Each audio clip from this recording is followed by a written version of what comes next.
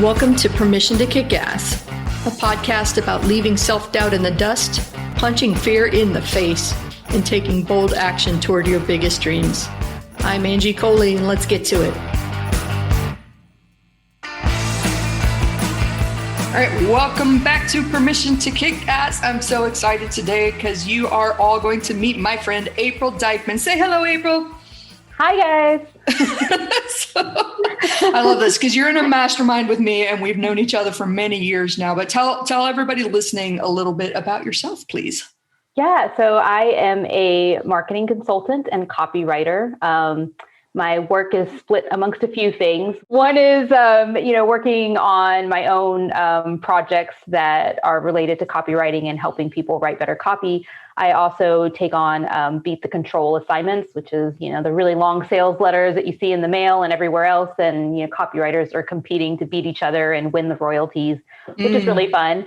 And then for, some select clients, I function as their copy chief. So they have a copywriting team and they need somebody to come in and make suggestions to make it better, make it sell more. So that's kind of like my little mix, my awesome. Happy mix. Yeah, and for everybody that's listening that's new to the show, you know that I love copywriters. I'm a copywriter. Little background is that basically copywriters are like sales writers. We're sales people multiplied because we do it through the written word. So when April talks about a control, that's usually something that has made the most sales to date. So people keep running it over and over and over again. So it's almost like a game, a competition among copywriters to beat the control. It's a lot of fun. It gets super competitive. People knock each other off after like 2-3 months these days. It happens super fast. But yeah, there's like all kinds of prestige and notoriety in the copywriting industry that comes around being a control beater and getting those royalty checks from the ongoing sales. It's a lot of fun.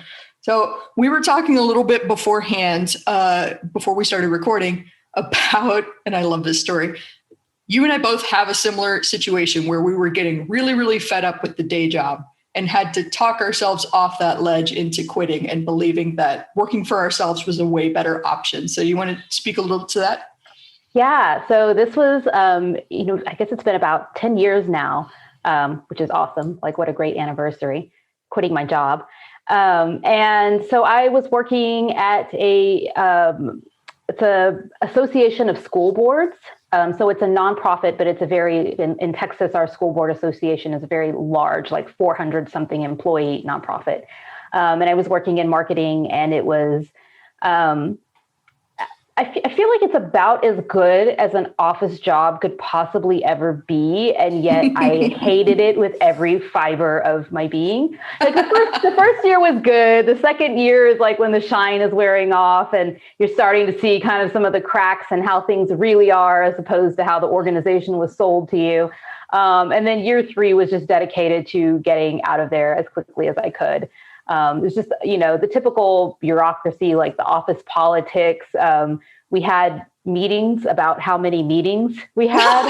Like it was, yeah. And like the parallels between like my life and like Peter Gibbons of Office Space, it was crazy. Like that movie almost became not funny to me for a period of my life because I was like, no, it's not funny when you're living it. And so, yeah, I remember I had this job review and, basically I was, getting dinged because they said I was behind, not accounting for the fact that, they had just dropped this really huge project in my lap. They had not taken anything else off my plate.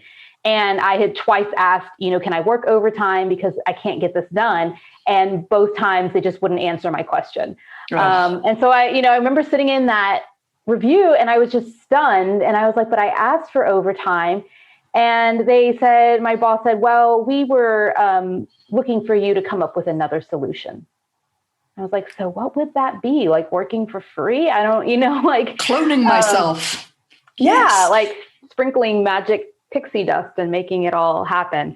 So that was the moment when I really decided, before there had been a lot of times where I was really mad about something. I was like, I'm going to get out. And then it would kind of die down, like that rage would die down and until something else happened. And then this was the final where I was like, I can't get complacent again.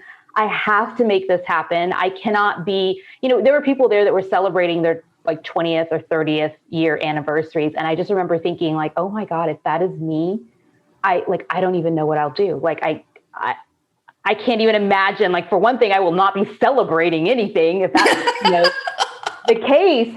And so, so that was the day I created my document I've told you about, which is Reasons to Quit, where I just started making a list of all of the reasons why I needed to quit my job, why I hated my job, why I wanted something different.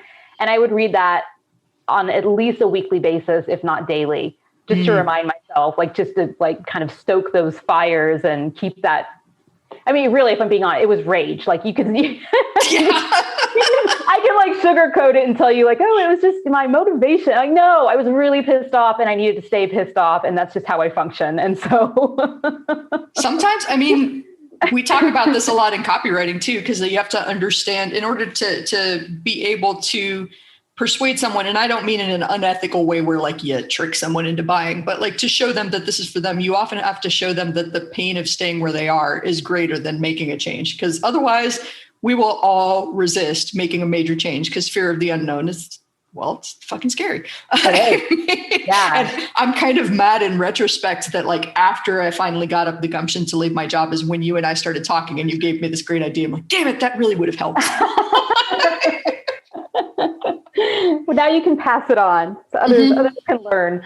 So it was about a year later. I was so at the time I was also starting to write content. This was before I discovered the world of copywriting. So I was writing blogs for personal finance sites, and I got this other gig where it was kind of like a little bit of more SEO type writing, but they had a ton of work for me, which was really good.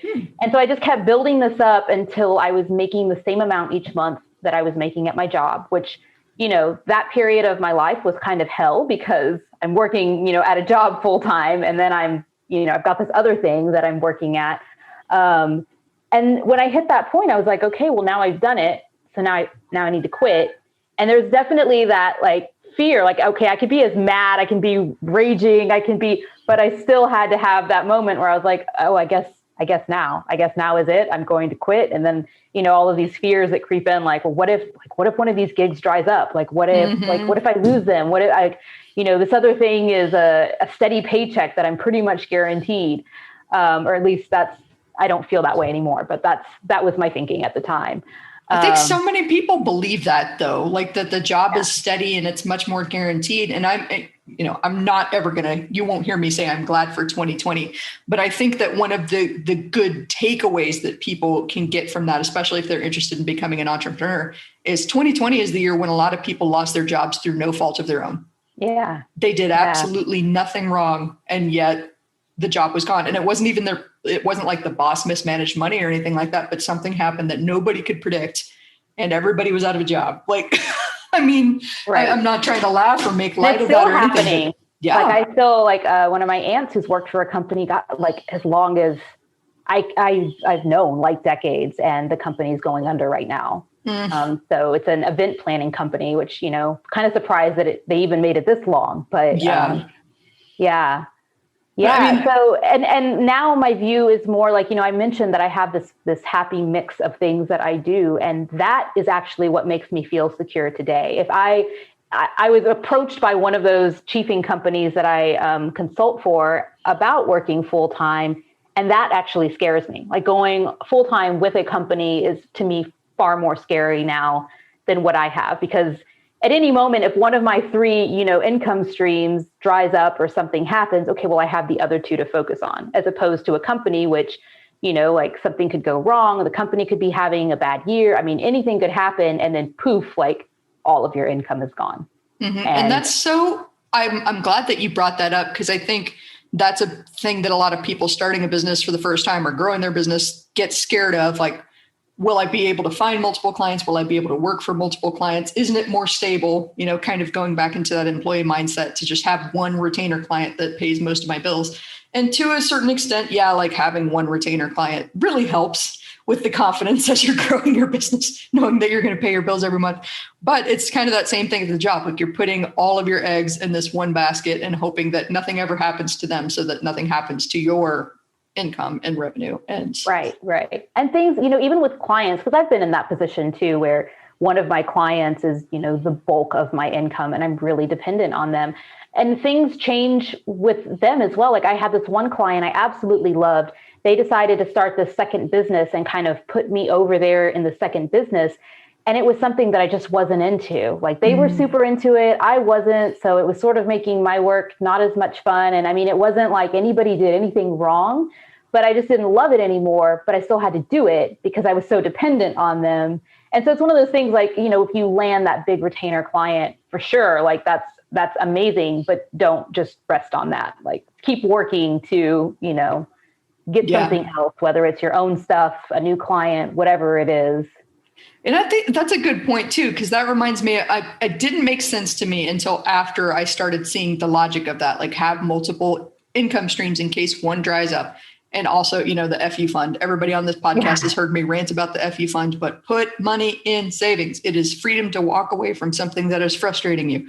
And it turns potential emergencies or catastrophes into something that is urgent, but will not wreck your life. So rant over, Angie, off the soapbox there. We can come back to that too, because I actually had, for the first time, I needed to use the FU fund this year. So we can talk about that too. Yeah, I'm making a note. We're going to come back to that.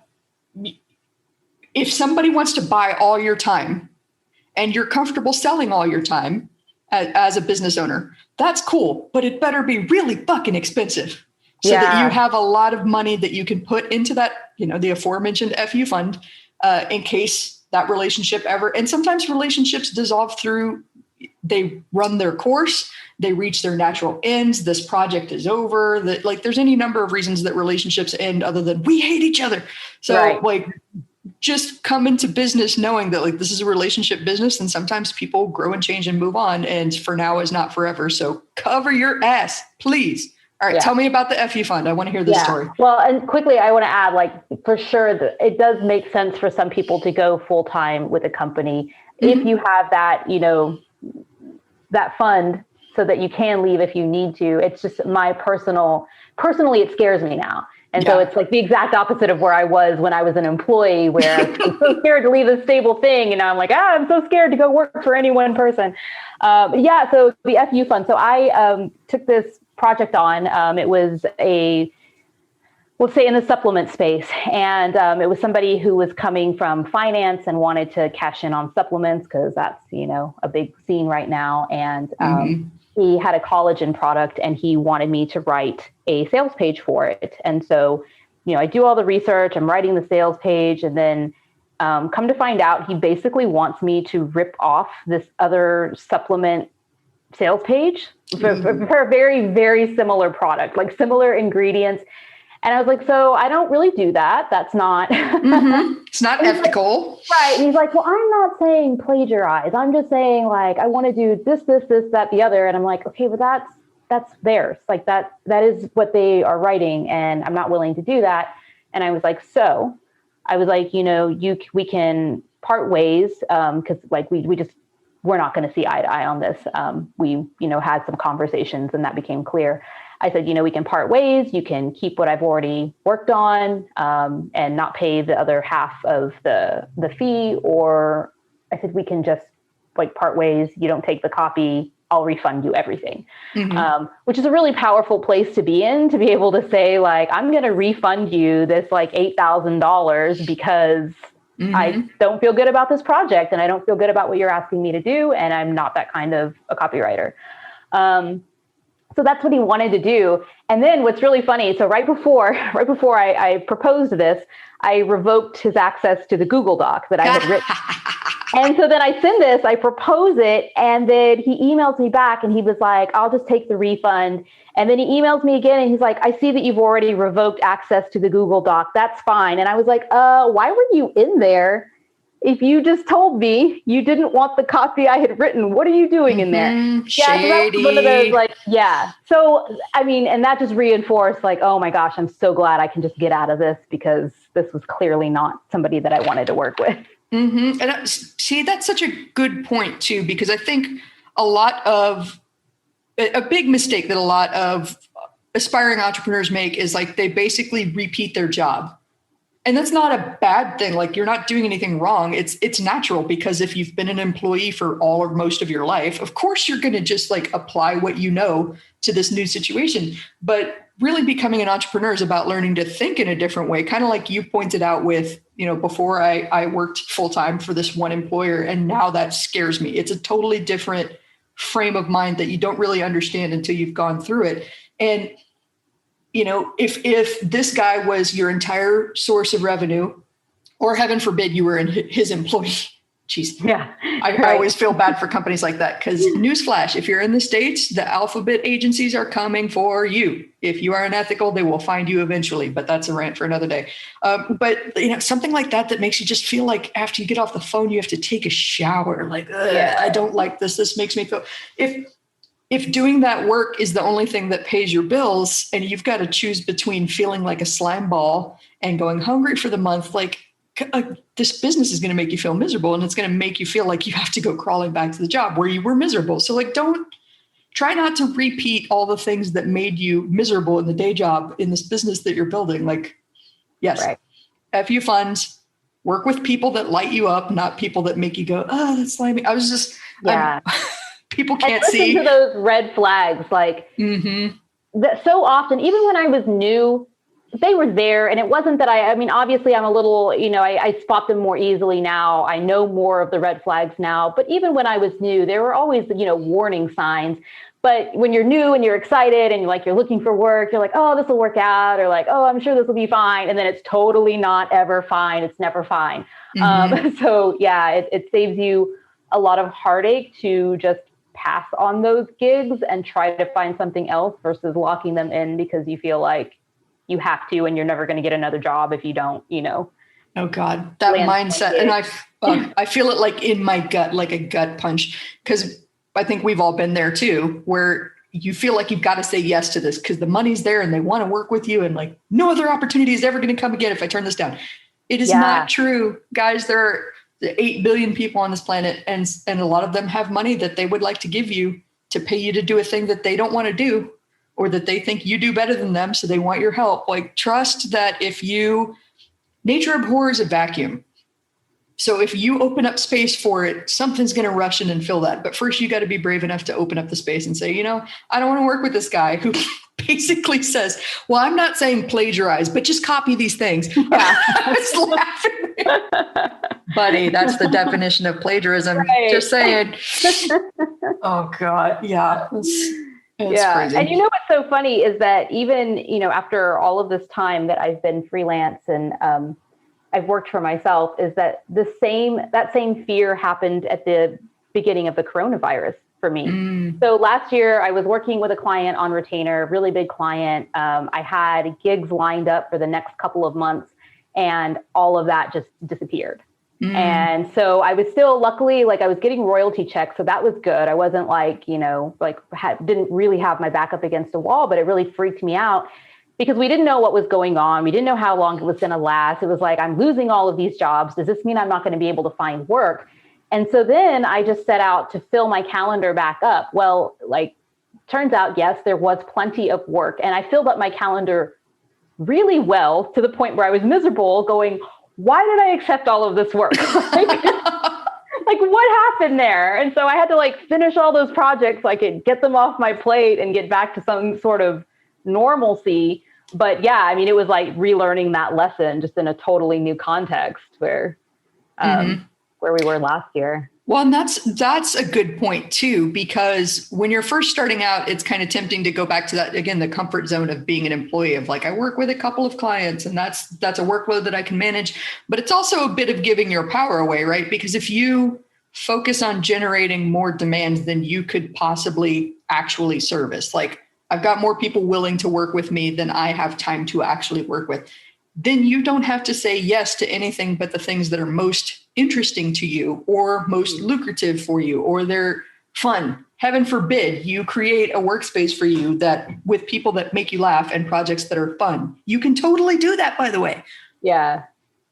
Yeah, I think that's something that I still struggle with, because I now have clients that are coming to me that I really enjoy working with, but I literally do not have time to help them. And so I have to say no. And it's, so hard. Like if it's a client I hate or they're asking me to do something sketchy, I mean, that's easy. I love saying no. But when it's somebody I really like working with and I just can't help them anymore because there's not room on my schedule, I feel really bad about it. Mm-hmm. It's like I want to say yes to you so bad, but I really can't. Well, and then that's that's a power position to be in, right? Too, because if you really want to help them and you want to make room in your schedule and they can wait, that's the crucial thing. And they can wait to work with you. Then you get to be in the lovely, enviable position of taking a deposit for them to show that they're serious about they want to work with you. And then you can start their project on X date, 2 months in the future. Like once I finish these projects, we can start then. Of course, I'm going to need you to be ready with all of your materials to go on that date. Because if you're not, you forfeit your deposit. Woohoo, power. And then the other half of that power move is like, if you know that you just don't have the space or they need to go right now. They can't wait for you for a couple months. They can't put down a deposit and wait for you. What surprised me, one of the biggest surprises to me was what a powerful move it is to refer that person to someone that you know. And I think because when I first started, I was very much in this scarcity mindset. And that sounds like super woo, but I was operating under this assumption of there's limited work available, especially for writers, and we're all competing against each other. And a job that April takes is a job that I can't have. And April's now my enemy. And like, ugh. And then when I got into this copywriting wars, it's fantastic. Coming to a Fox network near you. Don't sue me, Fox. Giving you reality show ideas. You should pay me. The first time I got kind of overbooked and overwhelmed, and I just said, hey, does anybody looking for work? Can I connect you to this potential client? Suddenly I became the person that refers people. So like good karma, woohoo. I didn't do it for the karma, but hey, good karma helps. I became the person that knows people. So I can connect you to someone, even if I can't help you. And all of these only serve to be able to help me charge even higher prices in the future. Right. Oh. Yeah. The most recent time that I had a former client come to me, none of the people in my network were actually free. So it became like, none of us are available. But somebody knew someone. And so we were able to find him a writer, which was really good because it was a good client, good company. So I'm happy to see him working with somebody now. Well, and this is a good thing to talk about too, because if you're freelancing for the first time and you find your schedule full, guess what that's a sign of? It's my favorite sign. It's time to raise prices. Yeah. Because if you're fully booked, then the next person that you quote like twice as much as you normally charge. Just say it and see if you can get a yes, because once you become a $10,000 project writer, you are always from henceforth a $10,000 writer. Like nobody can take that away from you. You got paid for it once, you can get paid for that again. So challenge yourself, especially if you are fully booked, to raise your prices, throw it out there and see what happens, because you're already fully booked and making the money. Might as well see if you can get even more with the next project, right? Right. Yeah. Or, look at the work of people that are charging more than you, because gosh, that was eye-opening for me, where I was like, wait, this person's charging how much for that? Like, wow, that takes balls. I need to do that. Our friend Rachel said the exact same thing on episode 1 of the Permission to Kick Ass podcast. She said that she was working for this company and found out that this guy had charged the company like $10,000 for this series of emails. And she was like, oh my God, what? Because she had been charging like $300 per email to that point, which is totally in line with market rates. But I mean, $10,000. See what someone else is doing. And a lot of times what they're doing is not better or can even be much, much worse. Mm-hmm. You just learn that it's about saying the number. It really is. And like not freaking out or attaching to the number because look, there's a market out there for anything that you want to charge. Trust me. So why would you choose to be like a 50-cent writer when you could be a $50,000 writer? There are people out there that pay millions and millions of dollars for a car. I would never pay millions and millions of dollars for a car. I do not understand this, but there are people out there and it's the same parts as a Toyota But they built the value to where the people on the other end with the money think that it's worth that value to pay that money. You can totally do that with your business and decide, I am a $50,000 writer for a sales page. Here's what I need to do to make that worth the people, and go find the people that can spend $50,000 on this, right? Don't go try and sell something. Please don't sell me a Bugatti. I don't want one. That's the first step, the error rate. Is that a car? I don't even know what that is. Yeah. It's not. I'm the most clueless person when it comes. I just learned what a Denali was the other day. Basically, a car gets me from point A to point B, and I don't want to have to hassle with it, and I don't want it breaking down all the time, and I really don't want to know too much about it. That's it for cars for me. It's not my thing. Because you live in Texas, it needs an air conditioner. That's yeah. Oh my God, yes, it does need that. No, it's maybe I should default to what we all know in marketing, which is the Lambo, the fancy schmancy car. Or the Tesla that the bros love these days. Yeah. Oh, God. Self-driving Tesla. Yeah, see, as you can tell by the mocking derision in our voices right now, we don't find the value worth paying that money. But maybe you listening to this think you're like, yeah, Tesla, that's what I want. Hell yeah, I'm going to go get it. And to you, I say, hell yeah, save up your money. Go get that thing. That Tesla is incredibly valuable to you. You go pay for that. Cool. And that's really kind of circling the point that I was trying to make in my own awkward way, because I'm amazing, which is that set your rate and trust that there's going to be somebody out there. You have to go find them after you set your rate, but they're out there. There's somebody out there that wants to spend that kind of money on you. Just sometimes even for the prestige of saying, oh yeah, I spent $50,000 on my launch copy. Yeah. Woo-hoo. And it's always been really big to me to be sure I'm worth that. Like that's always been important to me. The fact that I'm continually improving and working with my own copy coach, who's like one of the best in the world. Because I never felt good about, like, I'd go to masterminds sometimes, like none that I'm involved in anymore, obviously. And they'd just be like, oh, just raise your rates. And I'm like, but one, you don't know what my rates are. Two, you've never seen anything that I've written or done. So why are you just like telling me, oh, just do it? Like, shouldn't my rates, be commensurate with the results that I'm getting? So yeah, it's important, but I think far too often it's the opposite problem, where you have somebody that's really good at what they do and gives their client a really good experience, and they are just way undercharging compared to what other people are charging for far less. So yeah. So this is two lady copywriters, two badass freelance business owners here telling you to talk about money. Yes. Save money, talk about money. Charge rates that feel uncomfortably high, because you might be surprised. They might actually be on the low end of the spectrum, but they seem high to you. Get friends in the industry you're trying to break into. Let them tell you how much they charge. And I say that with a caveat, because there's a trap there too. Like if you're finding out what everybody else charges so that you can position yourself somewhere in the middle where that feels comfortable, maybe don't do that. Maybe figure out what works for you in the lifestyle that you want to build and set your rates accordingly. But that's right. That's getting a little bit into the more complicated side of your finances. But I just, money is such a sensitive topic sometimes. And then we have this kind of stigma attached to talking about it, to throwing a rate out there. And I kind of laughed the first time our mutual mentor, Kevin Rogers, mentioned saying a price in a mirror just to get comfortable saying it.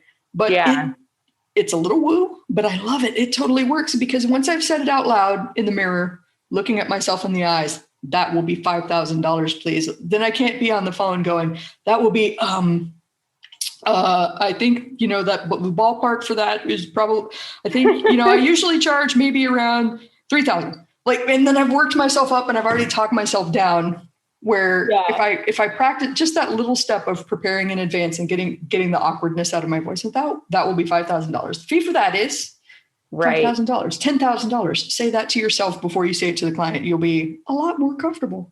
Yeah.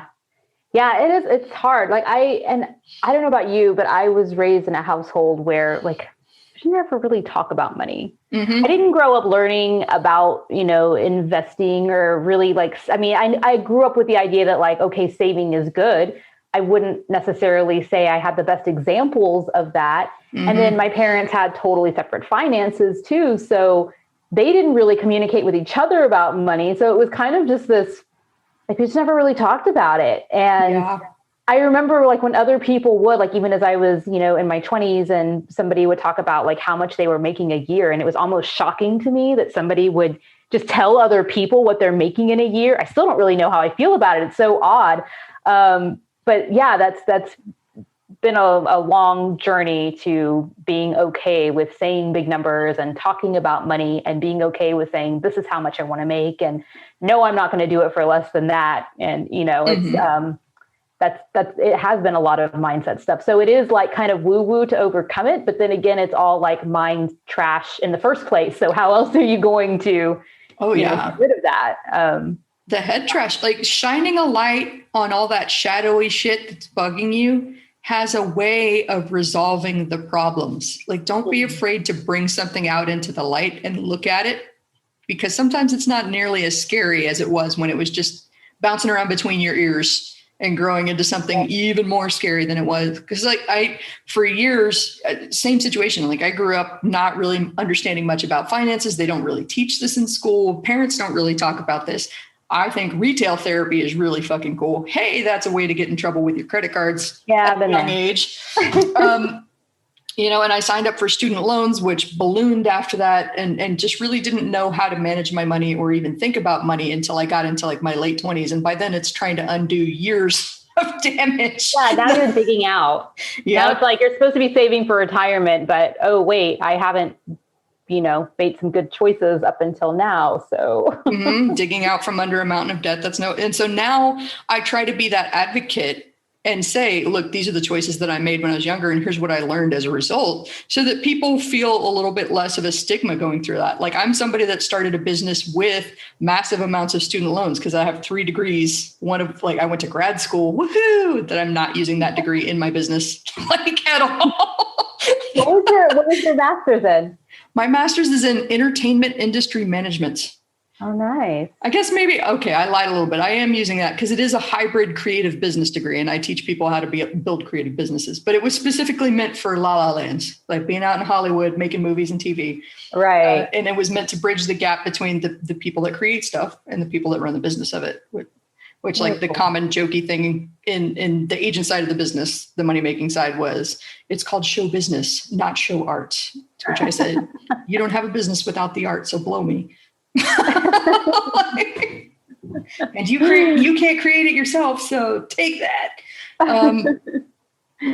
But yeah, I mean, it's hard when you're a creator to understand the value of that, especially when you've got the moneymakers kind of putting downward pressure on you. You're like, no, I'm not going to pay that much. All right, well, cool. I'm going to take this thing that you really wanted to someone else and see what they're willing to pay. Right. So April, this has been a fascinating and meandering conversation, and I love every minute about it. Tell us where to find you and learn more about you on the web. Yeah, you can find me at copysprout.com, COPYSPROUT. And yeah, you can see what I'm up to. I blog there. You can get on my email list where I write hilariously funny emails. I think so. I totally agree with that. They're right. Yeah, so you can find me there, get on the email list. Occasionally I do some videos. I try to have fun with it. And I talk a lot about copywriting and marketing and sales psychology there. Mm-hmm. And even if you're in a different line of business from copywriting, learning a little bit about how to write to the people that you sell to will always help. So I highly recommend being on April's list.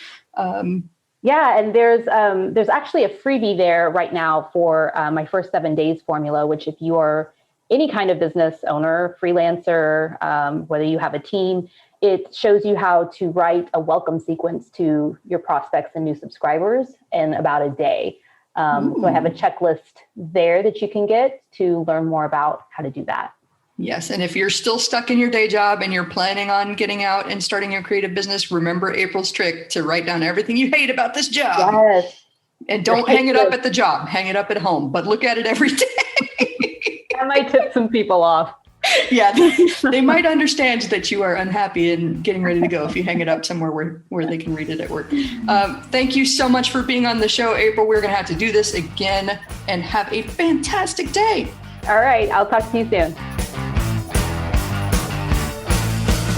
So that is it. Another awesome episode of Permission to Kick Ass on the books. If you want to know more about the show, if you want to know more about me, Angie Coley, and the mission I'm on to help entrepreneurs punch fear in the face and do big, bold things, then head on over to permissiontokickass.com. That is all one word together, permissiontokickass.com. Make sure to sign up for my email list so that you know whenever there's a hot, fresh, and ready podcast episode out for you. And also on Mondays, I like to send out a little newsletter called Kick Monday's Ass. I'm sure you're totally surprised by that. So thank you for being here with me today. I'm Angie Coley. Make sure that you share this with a friend that needs to hear this message today. Like it, share it, comment wherever you're listening to this today, and let's go kick some ass.